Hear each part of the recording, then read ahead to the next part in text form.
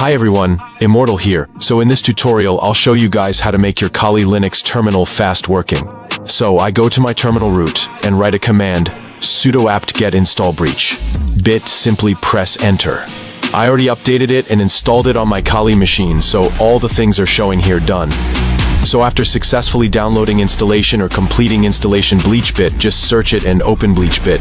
This is actually a cleaning machine in Kali Linux. Your every work is a temporary file created and removed by this BleachBit. Here are many options for auto scan: cache, cookies, backup, broken desktop file, keyboard, custom free disk space, passwords, memory. If I want to remove any temporary file, just right-click on the option and simply click clean and delete. This is blank space. No data is in package lists. So look guys, here disk space was removed to 4.1 kilobits and files were deleted, it shows. So if I want to delete the cache, just delete.